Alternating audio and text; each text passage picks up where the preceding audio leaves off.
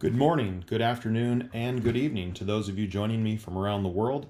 I'm Craig Guyman at Binalyze, and today I'd like to show you the second of a variety of videos that I'm going to create for you to learn how to use the Binalyze AIR console.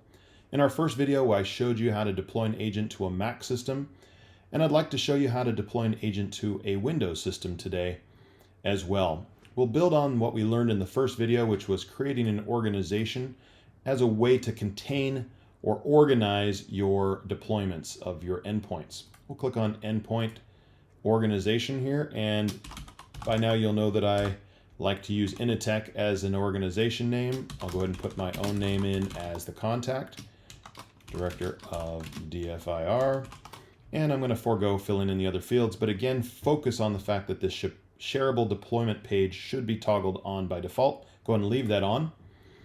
And this time what I'm going to do is close out the organizations, go over to our endpoints page, and instead of adding a deployment to a new endpoint for Mac, we're going to go ahead and focus on an endpoint for Windows.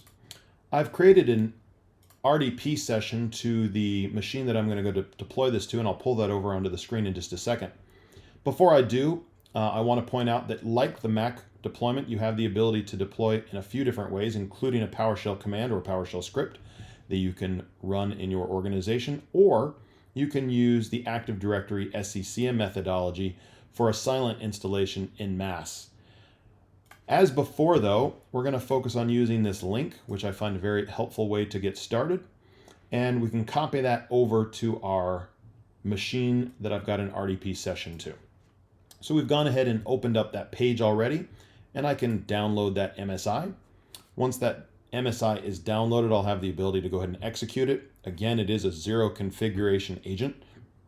Requires nothing on my end to choose other than just install.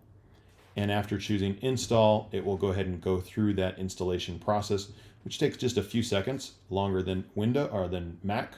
And I'll click finish. And I'm going to push this out of the way, although I could show you where that's running from on the Windows system.